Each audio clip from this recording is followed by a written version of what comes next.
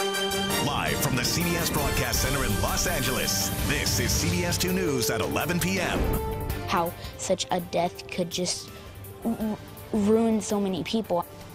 Heartbreak for an Anaheim 11-year-old whose brother was murdered in the Texas school shooting.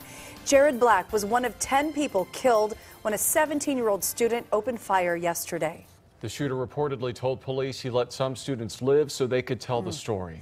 But tonight, Jared Black's family want to focus the story on him and who he was. CBS 2's Jeff Nguyen is live in Anaheim, where Black's dad and stepbrother live. Jeff. Peter and Suzanne, friends say that the family of Jared Black waited 13 agonizing hours to get confirmation of his passing, and now they are facing financial hardship during their time of sorrow. Tonight, 11-year-old Nick Black holds on to the last gift his half-brother Jared Black gave him. Jared, he's like in my heart right now. I feel so bad for him, like how such a death could just ruin so many people. That's because Jared Black is one of the students killed in the mass shooting at Santa Fe High School Friday. He had been living in Houston with his mom. His father and stepmom and step-siblings live in Orange County. Jared was a good, kind person. He loved to draw. His favorite class is art class. Black's family says he was shot and killed during art class. They gave us a few of his drawings to give us a glimpse at his passion.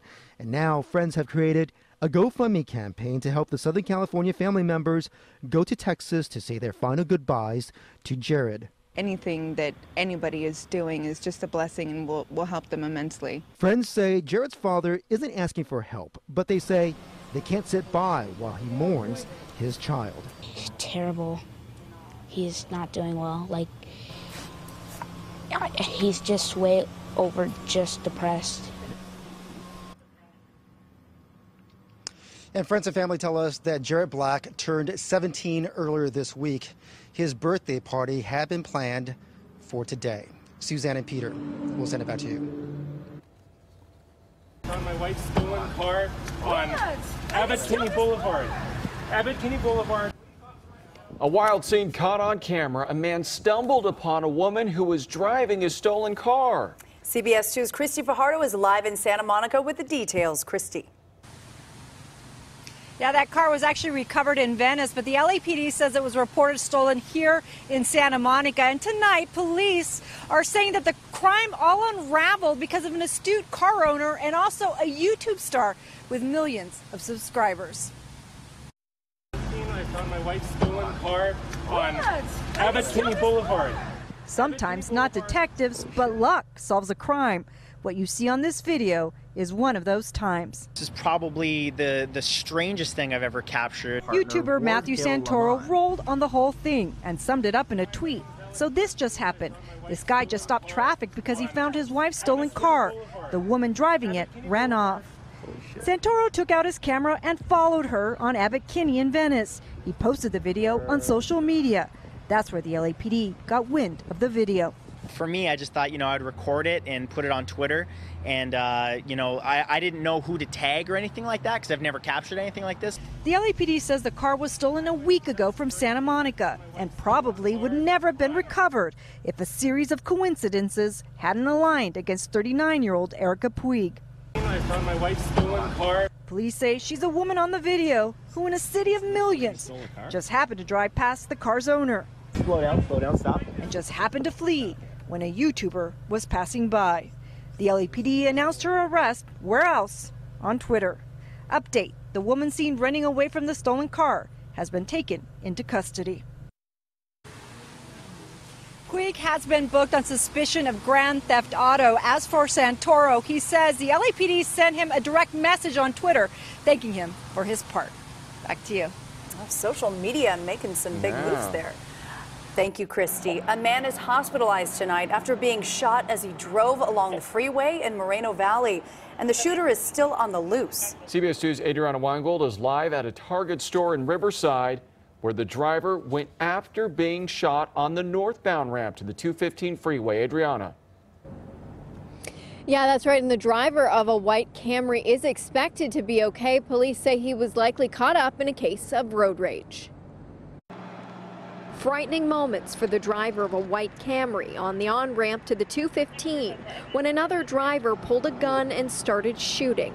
A surprising act of violence for the many people we spoke with who live and work nearby. That's pretty sad that we live in a world where people have that much hatred in their heart. The CHP says it started with some kind of incident at a gas station earlier in the night.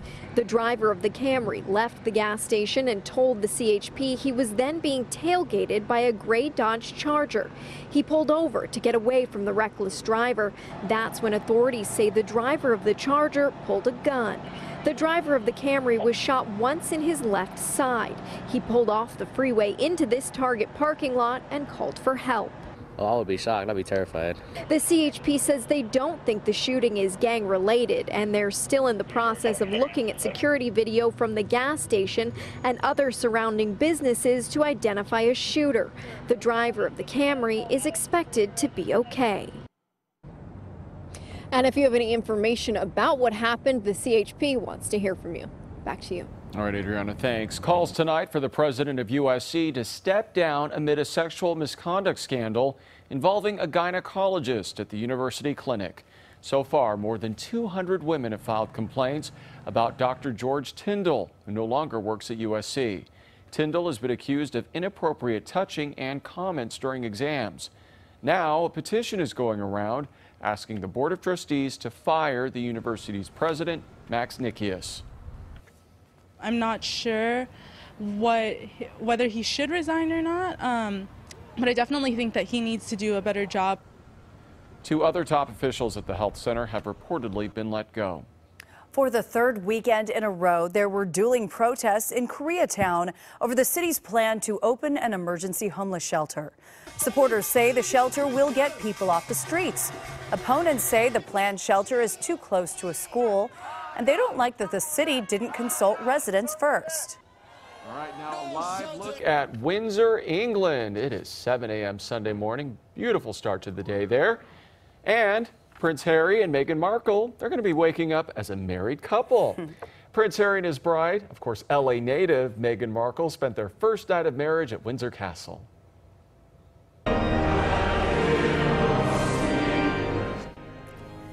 The couple exchanged vows in a ceremony that mixed British tradition with American music and an American preacher. Guests included Amal and George Clooney, Elton John, and castmates from Markle's former TV show Suits. The wedding was followed by 2 receptions. Elton John performed at the first, singing Tiny Dancer, which features the line, LA Lady. Oh, that's right, LA Lady. All right, and dozens of girls at Meghan Markle's Los Feliz High School watched her walk down the aisle. Very excited. They packed the gym at Immaculate Heart High, and they told us it's pretty cool that Markle married a prince, but they're even more impressed with her work in Africa in her United Nations speech. Really cool to think that I can also do something like that, not marry a prince, but like make a change in the world like she is. She's just like a really cool, inspirational person who like walked our halls. Yeah, that's right. Meghan Markle graduated from Immaculate Heart High School in 1999. She looked beautiful. She did. Congrats. Congrats. Another volcanic explosion in Hawaii, and the National Guard rushes in to rescue people from fast-moving lava. We have all the new developments. Plus, a fiery closing at Cannes Film Festival. An actress who accused Harvey Weinstein of rape says there are other predators in their midst.